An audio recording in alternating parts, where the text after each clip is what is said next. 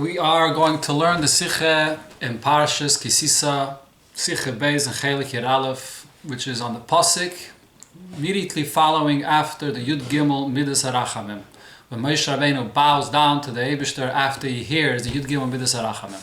Let's begin inside. Ala Pasuk Vayikad Moshe, Vayemaher Moshe, Vayikad Arza Vayishtochu. Maitik Rashi Atevis Vayemar Moshe, Umafarish. So Rashi quotes from the Pasuk the two words Vayemar Moshe, and he explains as follows. Keshara Moshe Shchinoi Veres, Moshe Rabbeinu saw the Shechina passing, V'shama Koila Kriya, and he heard the sound of the proclamation of the Yud Gimel Midas HaRachamim, Miyad Vayishtochu. Immediately Moshe Rabbeinu bows. So now what's the pshat of this Rashi? What exactly is Rashi coming to clarify with this Pirish? Whatever Rashi says is always coming to answer a question. Which question is Rashi coming to answer? Rashi is answering the same question that the Gemara asks, or similar to what the Gemara asks. Mara Moshe. The Gemara's question is, what did Moshe Rabbeinu see that prompted him to bow down? Shegaram leile shtachves. Taretz shtachve al sharosh shchina veres v'shama koila kriya. Moshe Rabbeinu bowed when he sees the Shechina passing and he hears the proclamation of the Yud Gimel Midas HaRachamim. So Moshe Rabbeinu, the Rashi is just simply coming to explain what caused Moshe Rabbeinu to bow. Avol be'emes I efshaloi makein. It's impossible to say that the question of Rashi is similar to the Gemara's question, and that's what Rashi is coming to clarify. Ki, and the Rebbe gives the following reasons. Aleph, number one, b'pshute shel mikra, le'kosher melechatchila lo mishtachve. This is not a question b'chlal. The entire question of what did Moshe Rabbeinu see and he bowed is not a question. Shar elefnei ze ala pasuk vayiked da'am vayishtachavu in Parshas Bay, where the Torah says that the Yidden bowed. Pirish Rashi, so there Rashi already explained, al psura saguluchol, that the Yidden bowed when they heard the good news of the fact that they're going to be redeemed. Which means, hainu, shal psuras taivis tzarech lahaydis. For good news you have to thank the Eibishter, which includes also bowing, a way of showing, expressing your gratitude to the Eibishter on the good news. Ubay v'shal kida v'shtachvo.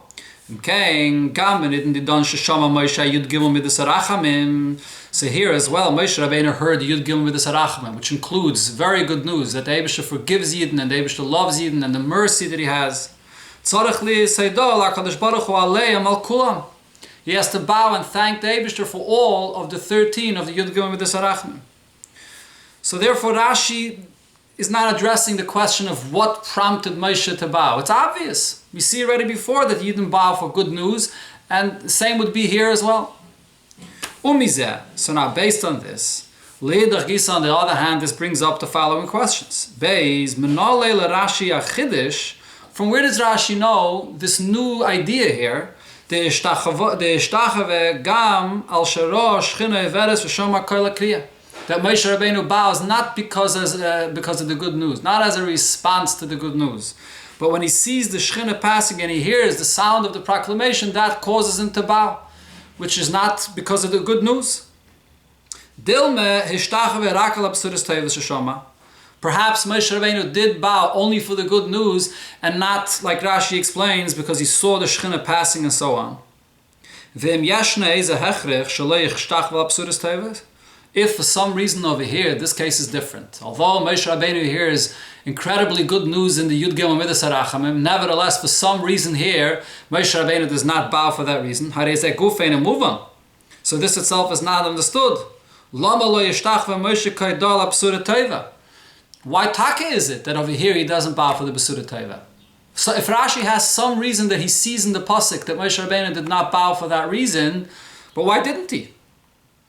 Gimel Havale Rashi Lahatik Min Akosov Shemoshe Hayamoidal Al Psura Teva. Sorry. Skip the page. Let's go back. Gimel Havale Rashi Lahatik Min Akosov Hateva is Vayikoid Arza Vayishtochu. Rashi should have quoted the words from the Pasuk that he's coming to explain, that Moshe Rabbeinu bows. And Rashi is coming to explain what prompted him to bow. As we know, the words that Rashi quotes from the Pasuk is very significant to understanding what is the question that Rashi is coming to address. So if over here Rashi is coming to address the question of the Gemara, why did Moshe Rabbeinu bow? So Rashi should have brought those words to the pasuk. V'loi vayamar Moshe, and not to quote from the pasuk the words vayamar Moshe. Shaharei lefikas al kedayta chanal. According to what we thought to explain here, alei and kushiyasei lo mishtachve. Rashi is only coming to explain why he bowed. Daled, another detail in the words of Rashi. Rashi madgish miyad vayishtachu, that Moshe Rabbeinu bowed immediately. Why is that significant here? If the only thing Rashi is coming to explain is why he bowed, why is Rashi stressing the fact that he immediately bowed? Val pizeh. So based on all of this, tzarech loymar, we have to say, Sharashi boletaretz kushya hamisayreres bahateves vayimar Moshe. Rashi is coming to answer a question that comes up in the two words that he brings from the pasuk vayimar Moshe, not in the words of vayikod arza vayishtochu that Rashi doesn't quote in his Dibra Maschil. Vihi. So then, what is the question of Rashi? If Rashi quotes those two words, Lama mir Moshe l'shtachves. What was the haste? What was the hurry that Moshe Rabbeinu bowed immediately? That's what Rashi is coming to explain. Something had to have happened that prompted Moshe Rabbeinu not only to bow, but to bow immediately. What is that? And on that Rashi answers, he saw the Shechina passing, which would mean in the simple pshat, Hainu shehi oimedes laver, that the Eibishter is already passing and he's going to leave. V'shama koila kriya, and he heard the proclamation of the Yud Gimel Midas Harachmim. Hainu shekvar shama kola kriya. He already heard all of the Yud Gimel Midas Harachmim after Hashem completed saying all the Yud Gimel Midas Harachmim, and now the Shechina is passing and leaving. So l'chein ishtachve miyad b'mehirus. He bowed immediately, quickly, not to lose the chance to bow and thank the Eibishter immediately after the Eibishter finished saying the Yud Gimel Midas Harachmim, to bow still in the presence of the Eibishter. So that would be a more plausible pshat in Rashi, that he's explaining the words Vayamar Moshe, which he brings from the pasuk. What is the hurry that Moshe Rabbeinu bows immediately? However, the Rebbe says, Gam Pirish Zet Tzarech Lahavim. In this pshat in Rashi, which is the correct pshat, Rashi is coming to address the words Vayamar Moshe, there still are the following difficulties. Aleph, number one, Mei Kore Poshet Lo Mamir Moshe. It's simple and obvious to us to understand why Moshe Rabbeinu, in a haste, bowed down to the Eibishter. Va'afilu be'im hoyrak al absura teva. Even if we'll keep it to the simple pshat of the pasuk, similar to what we find by the Yidden in Mitzrayim, that they bow down for good news, even if over here Rashi would keep it to the simple pshat and not comment at all, and Moshe Rabbeinu bowed for the good news that he heard in Yud Gimel Midas Harachmim, it would be self-understood why Moshe Rabbeinu bowed in a haste. Ki bevadai, because definitely, kol ma'asav v'avodas Hashem hayu b'zrizas gedola. Everything that Moshe Rabbeinu did was with a great zrizas. This is not something that's unusual, that's different than the regular. This is expected, that Moshe Rabbeinu does things b'zrizos. Al derech b'shanam b'Avram. It says by Avram, when Avram Avinu has an opportunity to do a mitzvah, vayemar, rotz, vayemar, vayashkem, when he's serving the malachim, the guests that come to him, he's running in a hurry. When he has to get up in the morning to go to the Akedas Yitzchak, vayashkem, he gets up in his earliest opportunity to go. So the same would apply to Moshe. Ubefrat Moshe, and more specifically we find regarding Moshe himself, la'achar shal shenisrashel nena sheinish misa. Moshe Rabbeinu himself, because in one case he was not doing things as quickly as he should have, in a mitzvah he was almost killed, misa, einish of misa for that reason. This is in the story when Moshe Rabbeinu was on his way to Mitzrayim, and he had a son with him that he didn't do the bris milah yet, and he came into the hotel and he tended to his needs before he did the bris, and right then a snake came and was swallowing him and almost killed him because he didn't do the mitzvah immediately. So Moshe Rabbeinu himself knows good and well that a mitzvah should be done immediately at the first opportunity that you have. So there's no wonder that Moshe Rabbeinu bowed down immediately. Vayamar Moshe. What's the question that on the pasuk when it says Vayamar Moshe? Another question. Haseider hu shenishma koil. What's the order of how this happens? First, the sound of the proclamation that the Eibishter says, Yud Gimel Midas Harachmim, v'achar kach oiveres. And then the Shechina passes. Rashi should have said the order, the opposite, the way he says it. The first thing is Moshe Rabbeinu hears the sound of the proclamation of the Yud Gimel Midas Arachmim. And only following that, the Shekhinah passes and leaves. Why does Rashi say it the opposite order? That first Moshe Rabbeinu is Ra, Shekhinah Iveres, he saw the Shekhinah passing, and after that Rashi says that he hears the sound of the proclamation. How does that make sense? Another Shaila Gimel, Eichav Shaloimar, how at Bechlal is it possible to say Shera Moshe Shekhinah Chulu? That Moshe Rabbeinu saw the Shekhinah. The Eibishter tells him clearly earlier on, and the Eibishter says, when I will pass, the Eibishter says, I will cover with my hands that you won't be able to see me. And you will only see me from behind, and you will not see me in my face. So Moshe Rabbeinu is being told clearly that he won't see the Shekhinah. Moshe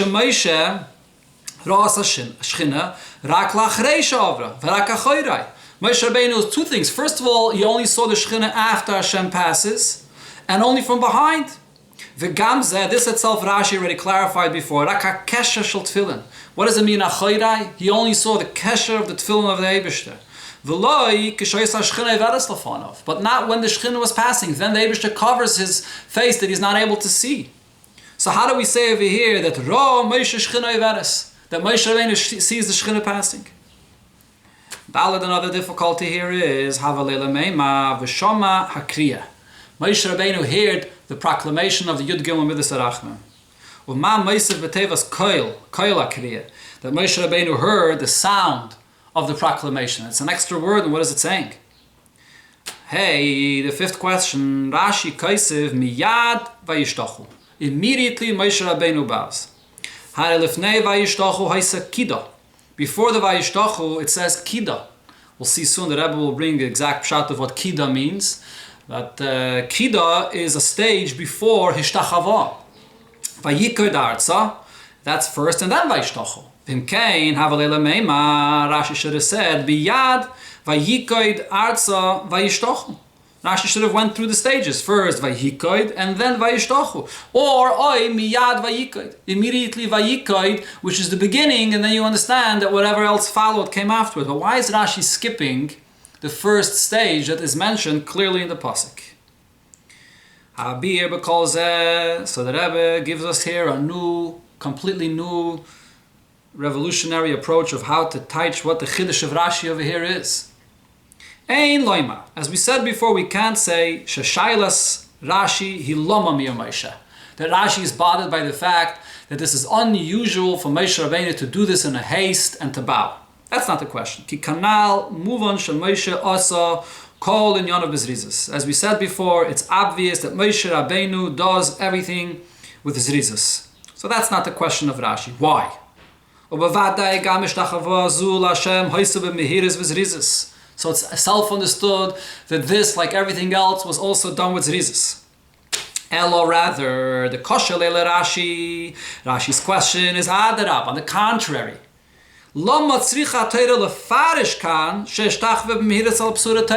If it's so obvious and it's expected that Moshe Rabbeinu does things with zrizas, like any other mitzvah, why would the Torah have to spell out that Moshe Rabbeinu did it b'zrizas? It's so obvious. It's obvious that Moshe Rabbeinu bowed down b'zrizas. Why is the Torah specifying and saying Vayamar Moshe, as if there was something unique that happened here, extraordinary, that Moshe Rabbeinu bowed down b'zrizas? It's self-understood. In Hara 18, the Rebbe says there are places where the Torah spells out certain details, even though it could be self-understood. But nevertheless, Rashi is giving you a reason, if you're able to explain that there's something that the Torah is teaching you here that you would not understand on your own, so then of course it's better to give an explanation for it. So therefore Rashi is wondering, is there a reason here why the Torah has to specifically spell out that Moshe Rabbeinu bowed down b'mehirus quickly? Rashi. So now if you pay attention to what Rashi is saying, what Rashi is really telling us over here is completely different thing. The timing of when this Hishtachava took place. When it says that Moshe Rabbeinu bowed, it's not like it would sound like from the order of the psukim that after Moshe Rabbeinu heard the Yud Gimel Midas Harachamim, then he bowed, which would be a Haidah ala Basura Teiva. Bowing after he hears the good news and everything that was said in the Yud Gimel Midas Harachamim, so then as a response to that, he's thanking and bowing to the Eibishter. This is what it would seem like from the order in the pasuk. The pasuk here says that he bowed after it tells us what the Yud Gimel Midas Harachamim were that Hashem said to him. Rather, Elo Shemir v'Ishtachav Lefnei Adibor, that really Moshe Rabbeinu bowed down even before the Eibishter began speaking. Teichev Keshara Moshe Shchinai Veres, as soon as Moshe Rabbeinu begins and sees that the Shchina begins to pass, and as soon as he hears the sound of the proclamation at its very beginning, when the Eibishter comes to pass, right at the beginning, and as soon as the sound of the proclamation begins, immediately Teikev Keshashama, as soon as he hears the voice, the sound of the proclamation, before he even had a chance to hear the actual proclamation of the Yud Gimel Midas Harachamim itself, miyad vayishtachu. Immediately he bowed. That's what Rashi is saying. As soon as he heard right at the beginning, when the Eibishter begins to pass, not when the Eibishter is about to leave, on the way out, and he wants to chaparain and bow down, still in the presence of the Eibishter. On the contrary, what Rashi is saying is, in the order of the words of Rashi, Kishara Moshe Shchina Iveres, when Moshe Rabbeinu sees the Shchina coming to pass, and he hears then the Koila Kriya, that's when he bows down immediately, even before the Eibishter speaks. That's the Chiddush of the Vayamar Moshe. Makdim Rashi Kishara Shchina Iveres. Now Rashi says first that he sees the Shchina passing, even though L'chayre it happens at the same time. When the Shechina arrives to pass, and begins saying the Yud Gimel Midas Harachamim, L'chayre the Koil, and the Eibishter comes at the same time.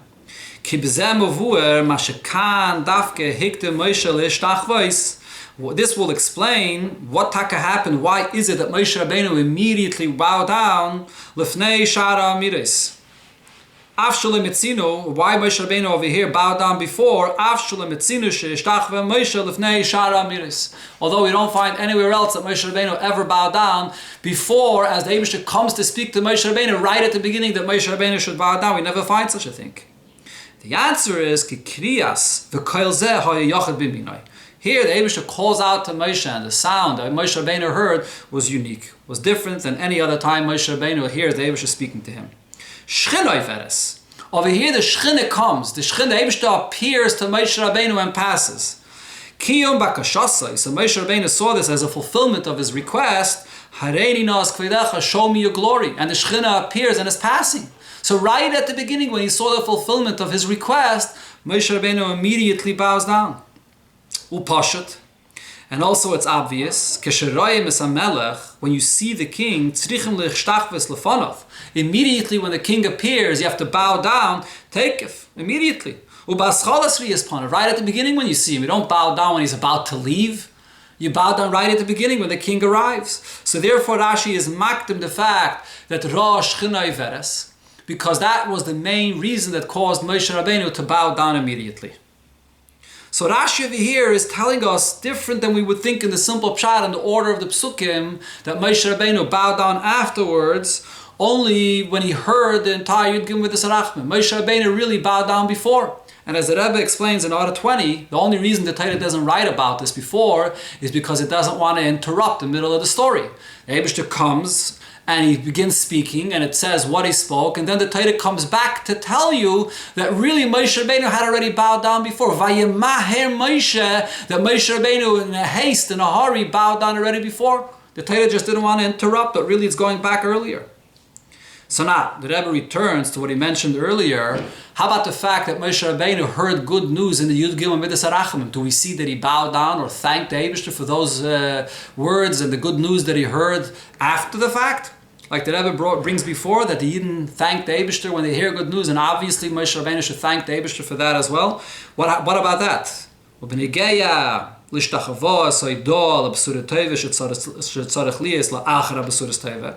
Regarding bowing down and thanking the Eibishter, that should be after you hear the good news.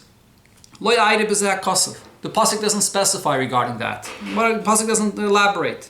Ki move on, ma'atzmai itself understood. He definitely thanked on the good news. There are many other psukim where there are good news that Moshe Rabbeinu hears. The Torah doesn't specify that Moshe Rabbeinu bowed down and thanked the Eibishter like we see that he didn't bow down and thank the Eibishter. And he definitely did. He definitely thanked the Eibishter for the good news, but the Torah doesn't specify. It's obvious. Here, the chiddush that the Torah is coming to say is that he bowed down beforehand. That's something unique. The fact that Moshe Rabbeinu bowed down immediately as the Shekhinah begins to pass, because he saw it as a fulfillment for his promise, and he sees the king appearing, and you bow down immediately, that additional ishtachava that happens before, that's what the Torah comes to be mechadash here. That's the pshat in the Vayomaher Moshe, that the Torah spells out that Moshe Rabbeinu immediately bowed down. In the Ha'ara, the Rebbe says another pshat that it's possible to say that because Moshe Rabbeinu already bowed down once, so it's not necessary to bow down again to thank the Eibishter because he already bowed down. Or the Rebbe says it's possible that he bowed down and remained in that position until after the Eibishter said that all the Yud given with the Sarachamim, so therefore he continued to be in that position even after he heard, also expressing his thanks and gratitude to the Eibishter on the good news. So now the Rebbe goes back to the question that he asked before: how is it possible that Moshe Rabbeinu sees the Shekhinah? Didn't the Eibishter tell him that when I pass, I will cover you and you won't be able to see? That the Eibishter says, I will cover you. And so what happened over here? That all of a sudden we say that Moshe Rabbeinu sees the appearance of the Eibishter and he bows. And now based on what we said before, the pshat of the Shekhinah passing means doesn't mean when the Shekhinah is passing or as the Shekhinah is passing and leaving. It means right at the beginning, when the Shekhinah arrives to pass. That's when Moshe Rabbeinu sees the appearance of the Eibishter. We could explain how is it possible to say that Moshe Rabbeinu sees the Shekhinah? Before, when the Torah says to Moshe Rabbeinu that he will not be able to see, there the pasuk is very precise in its wording, and it says, when my glory passes, then you won't see me. When I'm passing and I am in front of you. Which means, during the time when I passed in front of you, then you will not have the ability to look and see me. As soon as the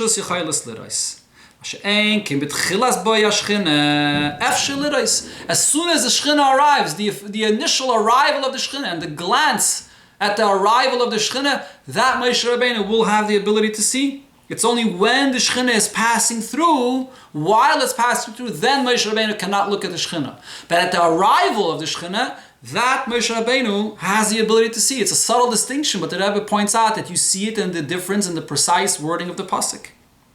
Another detail, it says, you won't be able to see, which sounds like on no circumstances does Moshe Rabbeinu have the ability to see the Eibishter's face, whether when he arrives, whether when he's passing. It's not a contradiction to the fact that the Eibishter tells Moshe Rabbeinu, you can't see my face.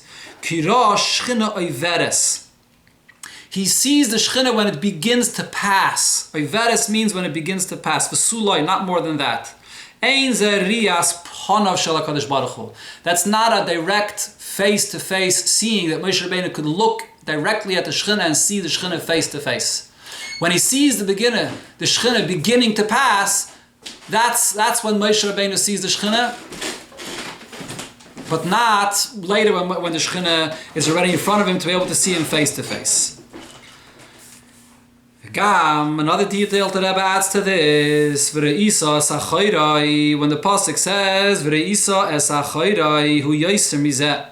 Moshe Rabbeinu sees the Shekhinah from behind, we must say that sight that Moshe Rabbeinu had the permission to be able to see Achayrai is actually even greater than what Moshe Rabbeinu saw at the beginning when the Shekhinah came to pass. It's understood and it's clear from the Pashto pasuk. Shebereisa sachayrai hayechidush umiloi bakashasai laachre gmar kriyas yud gimel midas harachmim v'chulu. After the Eibishter finishes saying the Yud Gimel Midas Harachmim, and now the Eibishter allows Moshe Rabbeinu to see the Shechina from behind, to see the Kesher Shel Tefillin, and that's considered to be the fulfillment of Moshe Rabbeinu's request. So if that happened afterwards, number one, and number two, that's considered to be the fulfillment of his request, that must be a greater vision that Moshe Rabbeinu saw than seeing the Shechina right at the beginning when it came to pass, when Moshe Rabbeinu saw the beginning, the appearance of the Shechina. So the Rebbe clarifies what happens when the Shechina arrives right at the beginning and Moshe Rabbeinu sees the Shechina. Ki'im, all that Moshe Rabbeinu sees is not looking and gazing at the Shechina face to face. Rather, what he sees is Riyah Klolis, a glance, a general glance to see the arrival of the Shechina. When Moshe Rabbeinu sees the appearance of the Shechina at a first glance. As soon as he sees the arrival of the Shechina, immediately Moshe Rabbeinu bows down. And after that, Moshe Rabbeinu didn't see anything else until when the Shechina passes, and then Moshe Rabbeinu could see and gaze and see the Shechina from behind the Kesher Shel Tefillin. So therefore, the Rebbe over here explains that there's sort of three stages to what happens over here. When the Shechina arrives, and Moshe Rabbeinu glances at the Shechina just at its arrival, and then he immediately bows. While the Shechina is passing, Moshe Rabbeinu's face is being covered, and he's not able to see the Shechina. And then as the Shechina passes and is about to leave, then V'reisa Sachayrai. Moshe Rabbeinu is able to see the Kesher Shel Tefillin of the Eibishter from behind. Now based on this we could add yet another detail here regarding the Vayimaher Moshe. What is the meaning of Moshe Rabbeinu bowing in a haste? As we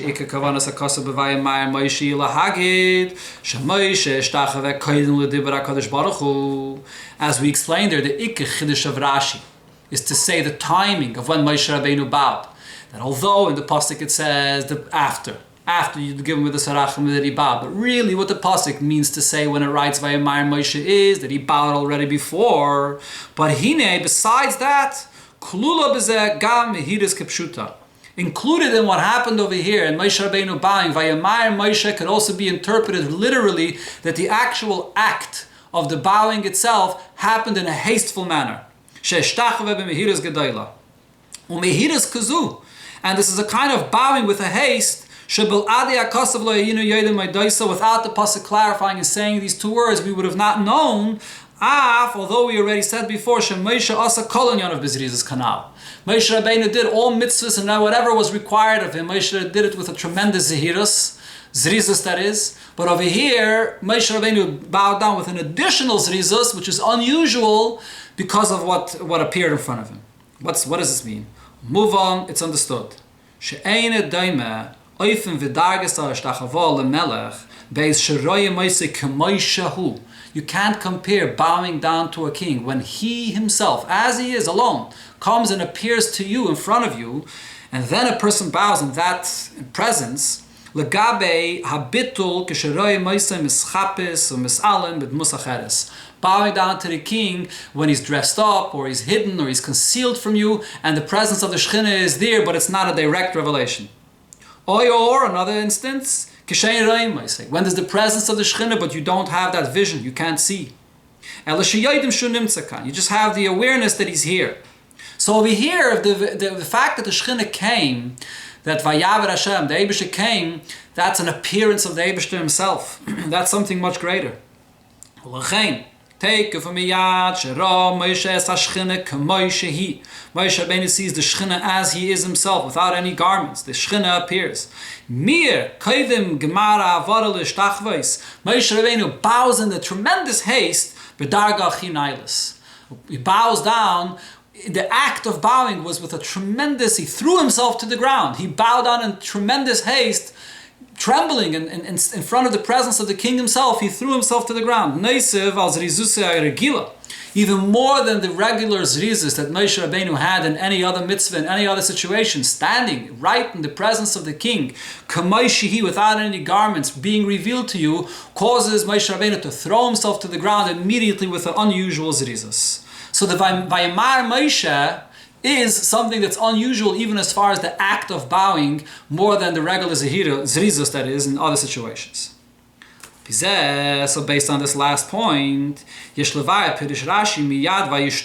Rashi says that Moshe Rabbeinu immediately bowed. Rashi does not say that immediately vayikoid, he skips that step. And then vayishtachu. What's the pshat? So here the Rebbe will tell us the two different interpretations for vayikoid. Ala posik, vayiktu, vayishtachavu. Earlier on in Parshas Miketz, where it mentions this the first time, Rashi explains what does vayikoid mean. Pirushashi kido kfifas kodkoid, bowing your head. Shtachavo mishtateach la'aretz, when the person fully bows to the ground and spreads himself out on the ground. Pishut yadayim v'raglayim, spread out on the ground with his hands and feet. Now, the Rebbe says, this is Rashi's pshat to vayikod. The vayikod is when you bow your head, and then shtachavo, when the person spreads out completely on the ground. Loi kipirish targum. This is not like the pshat of the Targum, which says v'koru. V'koru means and they kneeled. The kido pirusha shekereya al birkov, that you kneel on your knees. That first the person gets down on his knees, and then he spreads himself out on the ground. Ulefizeh. Now, according to this, af she'ef shaliyah is kfifas kodkoid kido b'li ishtachavo. It is possible, of course, for a person to bow his head without completely bowing to the ground. It's impossible to bow and completely spread yourself out to the ground without bending down your head first. When a person bows to the ground, so first his head comes down and then the rest of his body is spread out on the ground. So according to Rashi, the vayikoid is sort of a necessary part of the hishtachava. It's just the beginning of the act of the hishtachava. Avol, however, according to the Targum's pshat, which is a person first kneels on his knees and then he bows to the ground, it is possible for a person to throw himself to the ground without first kneeling on his knees. So those are two stages that one doesn't force the other. You could kneel without bowing, you could bow without kneeling. Those are two separate things. So now getting back to the pshat and the pasuk here according to Rashi, al pizeh, move on. So now we can understand where the Torah spells out both. Vayikoid, vayishtachu. That Moshe Rabbeinu both vayikoid and vayishtachu. Ein hakavana. So according to Rashi, which holds that the pshat of vayikoid is that you bend your head down. Ein hakavana lo'idiyah ala kida b'toira schole shel hishtachava. It's not two stages. The kida is not the first stage, and then the hishtachava is a second stage. Why would the Torah have to say both stages? It's not pshat that the hishtachava could be done either in two stages or it can be done without these two stages. And the Torah is saying that it happened in two stages. According to the Targum, that's true. It could happen without two stages. You could throw yourself to the ground without kneeling. Or it could happen in two stages. You kneel first and then you go completely down to the ground. But according to Rashi, if you bowed, so then definitely you bent your head. It's not necessary to spell it out. Elo, rather, ki'inyin b'fnei atzmai. When the Torah says vayikoid and then vayishtachu, it's not two stages of the hishtachava. Rather, the Torah is writing it as a separate point. There's nesinas kavod al yedei kida. Just the fact that you bow your head, that's one sign of showing honor, that you bow your head. And then, v'lo yistapku b'zeh. Not only did he bow his head, and that wasn't enough to show that level of honor, additional honor was given that he bowed fully. Pashtu yedayim v'ragleim. So it's sort of two different levels of honor. The Torah is saying, vayikoid, he showed one level of honor, and he didn't stop there. He showed an even greater level of honor by bowing down. So now, the reason why Rashi skips, when Rashi skips the kido, that stage of Moshe Rabbeinu bowing with his head, and it goes immediately, Rashi goes immediately to the fact that he fell to the ground. Moshe Rabbeinu did this in such a haste, as if the bowing itself could not be separated at all, even though the bowing is one stage of showing honor, one concept of honor, and then the bowing is another. When he's fully to the ground is another honor. But Moshe Rabbeinu did it in such a haste because the Shechina appeared that it seemed to be one act. He immediately threw himself to the ground. So this is Rashi l'shitase that vayikoid refers to bowing the head.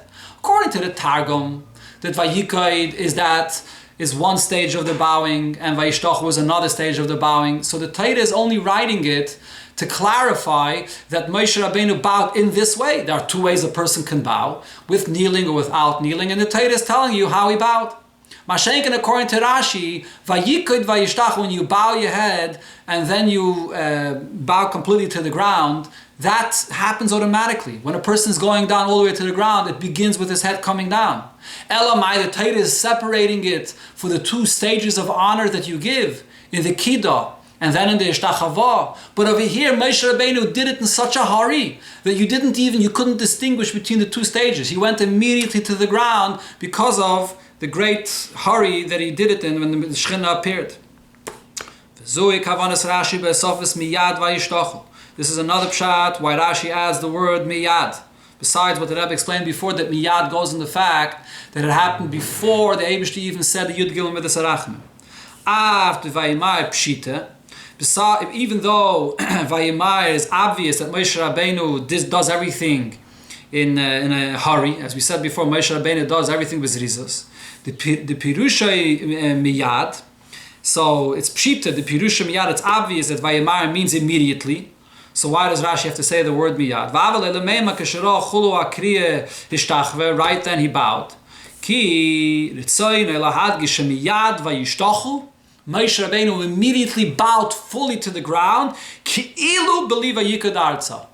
As if there was no Vayikod there. As if that stage was skipped. There was that stage as well, as the Pasuk clearly says. There's two stages to showing the thanks. Or not in this case, it's not the thanks, it's the two stages of bowing and showing the honor for what happened over here. But it happened so fast, as if that stage of Vayikod was skipped. Because it happened as soon as the Eibishter himself appears, and when the king himself, K'may Shehi, as the Rebbe says before, appears to you, so then the person bows down immediately to the ground, and it seems like the first stage is being skipped.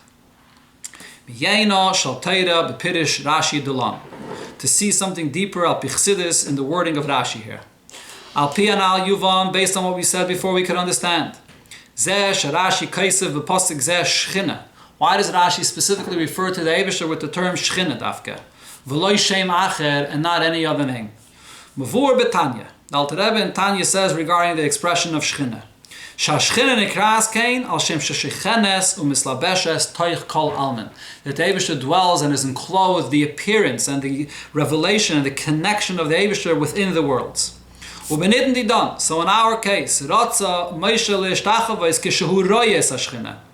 Kaidim shavra, when the Eibishter is here and is enclosed and comes and is revealed to him, when he immediately as he sees the presence of the Eibishter coming into the world, immediately Moshe Rabbeinu wants to bow. He's not going to wait until the Shechina leaves and is bederech makif and is high and is removed from him, the roimimus of the Eibishter, then he's going to bow. But adarab, as soon as the Shechina comes and is enclosed and appears in front of him, that's when Moshe Rabbeinu bows. L'chein niska Hashem, so therefore Rashi mentions the title Hamayr al Sheshechenes Toich Kalalman, which implies the fact that the Eibishter appears and comes to him in the world, which is the term Shechina.